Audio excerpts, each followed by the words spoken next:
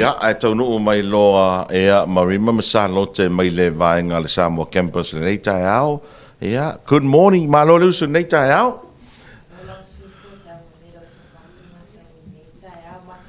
Ya sina timu ya me silile o mai ele café ele vai le café mako au kapa Ya fa taile ri o timu wa na faisi velo ni vai aso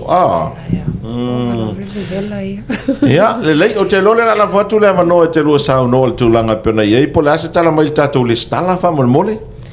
Ja, taito no la o amatali atu se matala nei tai au ia o le whalawilo maasani lava ia nei vai aso ia ua mai tawina atu fo ile toa tele o tatu tangata lo ngasolo atu ile mato sentei salolonga ia fatase fo i mali mato ofise ala fua ia o le congratulations to all the students le ua maua lato afui lato tuongi o le sasala si ma lo tau mawhai ia fia lava whai lo atu o lo toa tele lava le whanau o lo nau e o atu i le matu tausanga whaavai ia ai fo i mai o lo o le matu tausanga whaavai ia mana o mia ia le lua se lau tuongi e te ausia e te aufia i le matu tausanga whaavai ia o tuongi e lua se lau ia mai lo ingilisi ia whatase ma lo vase o malo next best 3 ia le next best 3 le aufia ia le tato vasenga ngana Samoa ia ono le tero tato vasenga e fai o le University of Pacific i sauti ia lo whafoina lava le ngana Peritania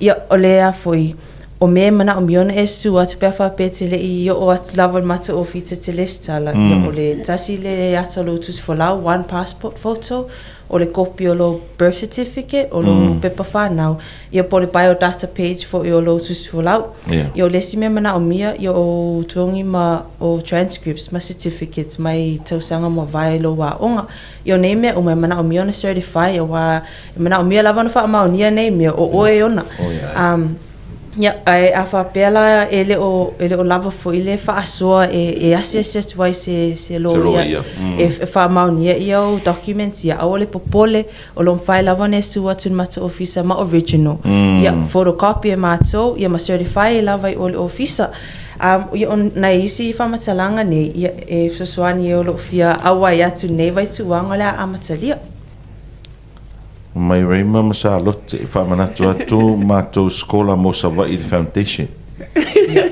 masa se Savai ia o le taimi nei ia o lo fatata no pea ia le afo criteria o no taimi nei ia le o confirm e lo maua lava ia scholarship ia mo foundation tolu mo polu tolu mo Savai ia ai o lo fatata no pea ia how to apply ia once we get that confirmed we will be on radio next week hopefully next week o mausitala ia on fa so at foile tato tangata on ways to apply for scholarships mo nei vai tu anga la amatalia ia ke rini ngau tali la ofisi Ervaring i Sila, det vil si i Sila. Ja, Rema. Ja, o le fifa o popo tu lava le saunoanga a Charlotte, mo le vaenga le o le tausanga whaavai. Ia mo nisi o i lato le o le e tolu lava ia por kalame o lo i lalo le vaenga le o le tausanga whaavai o le whaatufunganga whaapisinisi mo le whaasainisi mo i lato le o silofia. Ia le vaenga. Ia mo nisi fo i o lato o lea ele I manuia fo I unga suenga le la tausanga o lo te tala la vanoa o lo ia vanoa lo o faina atu e lau university ia mo I lato ia o whaaleto no nisi fo I o lato results o lo ia mato preliminary programs e tolu fo I vaenga ia pe ona ta o pe o le tausanga whaavai o lo te tala la vanoa awane I muta lo tau mwhai o lo ia vanoa ia e fo I unclassified programs mo I lato fo ia o lo a whape o le Samoa results o le na ausia le lua se lau maka pa mai le na lua se lau maka o le ieni pepa le o pasi pe tasi pe lua le vaenga le unclassified programs em whai ona tu iai ina ia pasi ave pepa ne lua fa pasi pepa ne lua ona mwhai le ona nga vai tu e apalai mo le tausanga whaavai o nau ta inga lava ina ia o ne muta le o langa o ina o mo le whanau ia whaua o ina pe ia a o onga mana ia te ai se vaenga salute Ia, o le pēlawa na whamatali e le asulua. Ia, o le tausanga mua ne ua whaiona whoina atu waise Sosoani University mo tato tangata Samoa. Ia lewe tato 50% reduction in fees mo na Samoa. Mo na Samoa lava. Ia ono le USP, ia lo ona ina e atunu US fulmalua. And out of the 12, ia na Samoa lava le whatino le 50% reduction in fees. Why? Ia ono Samoa ia Kira papakiu. Olo whalongo atu lava le university I le tele o tala I le tangata o le opilia onga ia we hear you ia lewa ia le Sosoani lea mai tato university ia olo iai fo ia tato bursary scheme ia bursary scheme lea it's up to 50% ia le afui le Sosoani University all you need to do is apply ma lolo offer letter wa tato no telo fa na le umana fanga so la to le tala mo nei vai tu wanga so you should have already received your offer letter once you register you are eligible to apply ia e pau lava se wa tofu lava le Sosoani ia maona lava ia ingam tutu nga masani ia o le bursary scheme le ia na le tasi lava le tangata a inga whaiona apply iai Okay. Ia ele sili atu ma le fa lua fitu wafe le income ma le ainga. Ainga, okay. O ia e ngā lava lai tatu ainga lima vai o lo mana o mea Sosoani tau se eleni lea. It's a great opportunity o wa o le mea sili lava ia e register. You are a registered student at USP and you are a citizen in any of our 12 member countries. So visite tuasa ano te whamonwon. O le saunoanga lea ia le sili atu ma le luso fitu afe le inga ma le ainga. Ia, o le income o le ainga atua. Le ainga atua. Whawhiara pe a whapea neila ia whatita inga. Whapea neila o le tamā lea e whaingaruenga ma le tina. Whaopopo whatasi ala tutongi le tausanga ia pe like 60k po le lima suafe la tutongi. Ia anga vese leo te taksena umaifonga pe nga le lua afe kausanga e anga wa. O ia o le tato it's the total income ele au fiai ua na o lo kilia le ele ai o le mea atoa lava le se la os fa matsalanga nei tai ia o le total income mane ainga ya wang ke mang ia sima ia mo ia ke hero ko ia la ngare ki pi ia ko le bakala anyway fa also no nga sa lo te mole o nisi na o tutu nga masani lo ia I matu Sosoani lo ia fo ia tato scholarship ile Sosoani male malo Samoa ia es fulu lava ia tato scholarship lewa tu lava mole tato Bachelor of Agriculture ia e fa tato scholarship mole postgraduate diploma in agriculture ia to elo e tato wono ia o le ono la lea ia le tolu mod foundation I nei upolu ia ma le tolu foundation I mo tele sala fai ia o Sosoani lea ia it's apply to lava you need to register for these programs and then you'll be eligible to be included in the shortlisting and screening of these scholarships. Kau sang mo nge mai skole scholarship na ia o le telo tau sanga e pe a foi ave lava fa mo tikeri mo lunga ia Paulo tau sanga ia o lo falongo ai o falongo mai lava ia le malo sa mo o tsanga ia le Sosoani mai ai tau sanga fa vai okay lo pe o aku le kau sang fo fa popo e vinga talanga ma na ia foi vai nga le wa mai ele le foi le Sosoani le malo ia lo pe o to sang fo wa si fa popo mo le tatu wa no fa na o tau sanga nei o mai tau wina tu lava university le tele o le whamanu yanga tele o Sosoani mai tangata ese a mata mai lava ili malo Samoa e o fole Yazaki Foundation o Yazaki o faisi na umian tapunie nei Samoa ia ko sile ko o la Yazaki o le nauno te inga lava i Sosoani o tatu tangata i o le vanta puni i o lo ofuina mai nei ava no mo whanau i le ngata whanau o tupum te mali o lo fia whau wau lea onga ia ole afui ole ese fulu lava ia scholarship at Kizuna Foundation ile tau sanga mo vai ia nau le lima ia lo si tia se fulu ia e target lava ile ia olo avela to bachelor in law science business and education ia pe o le vaenga uma ia o tsai tonu to atelo tangata o wa faisina umina na fainga luenga ai lo ia se la to ele o they don't have the qualifications for it. Like experience. Nga lava la no le velo apalai, you have nothing to lose. I was so lucky ya vi I so for there's always next year. Or Kizuna Foundation o vai tuanga umai lua first semester and second semester. So it's a full ride as long as you do your part. So anga le aonga, awata whao. Mana ia leo wha mamlama vaenga umai mo le Silvia le tunu ai se vaenga tā ua rima wha mo.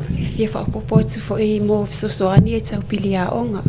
Walo o umana wha ilua ina ne ite iwo le anga wha mo ia vanua o lo o ia mato partial payments. E te tala mai lewa no e te tau anu tutongi le 5% mua.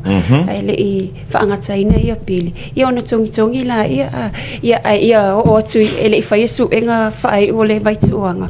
A ua mai e ona tutongi ia le pili a onga. Ia e fia fo e whaalo iloa atu ia le matou sensa I savai. O tua e fia lawa ni maua mai se reporti mai le aso ana nafi o loo whaatuputupula ia pe a le te leo I latou niso whanau e mai se nei mātua. O atu e risitala o latou walo ma latou whanau. Te le awa noa o maua e alo ma whanau o le tunu nei vai tau. I mea tau haonga. Tere lava scholarship pero tere foi ia por kalame se eu solo fui na Tela University de Pacifica I Sauti ia taimi nei ia e fai lava sina pisio tangata I fala lave I ngaluenga ia lo foi na Tela noa ete a onga lava lunga lo penga te fai langi a alu e pisi lo waso ia en fai anto e mata le lecture ma le vai aso lentia ia mo ia wa behind but you're still catching up in your own free time. Yeah, o te lo se ava noa ao ngā lea. That's really where we are headed at the moment. Pole ale pisio lo waso. O lo mwhai lava no ea onga mai lava ilo ofisa wha onga. Ilo wai lo ofisa. Someone asking for your emails. Desmond, Pango, Salote and Rima, what are your emails, please? Okay, for the generic email would be inquiries@usp.ac.fj. What about personal?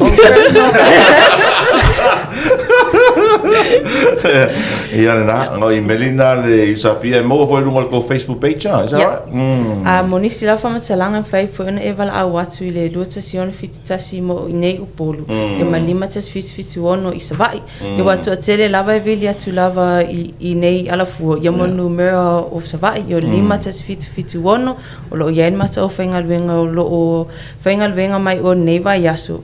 Yeah, lo voy a el macho tangata permanently o isawai. Okay, Alo el macho officer le student administration officer o lo awa yatu sosuani mo le listalanga neva yaso. Ava numero savai. Lima tasi fitu ono.